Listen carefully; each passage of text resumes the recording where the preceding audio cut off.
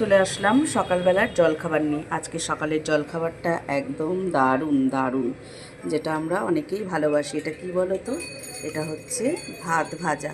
অনেক ভাত থেকে গেছিলো, তো কি করব, সেটাকে বেশ করে ডিম দিয়ে পেঁয়াজ লঙ্কা কুচি গোলমরিচের গুঁড়ো দিয়ে সুন্দর করে ভেজে নিলাম। এই হচ্ছে আজকে সকালবেলার জলখাবার। তো কেমন লাগলো বন্ধুরা? তোমরা কি খাও? অবশ্যই বলো। তুই কি এখনো ছোট আছিস যে এইটুকুনো লঙ্কা খেতে পারিস না? ফুচকাগুলোকে কি করে খাস তখন, যখন ফুচকা দেয়?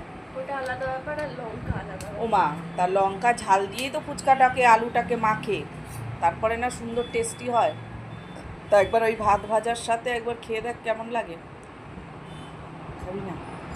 দেখো বসে গেছে, ওই যে ভাত ভাজা করলাম, সেই ভাত ভাজা ওকেও একটু দিয়ে দিলাম, আমিও একটু নেব। তো ওই যে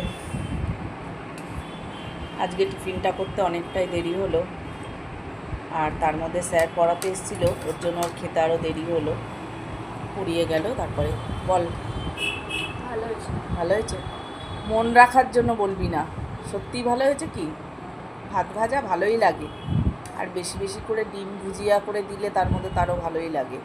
পেঁয়াজ লঙ্কা আলু, এর মধ্যে আবার একটু ক্যাপসিকাম গাজর দিলেও ভালো লাগে, কিন্তু সেসব সবজি তো আর ঘরে আনা ছিল না, যার জন্য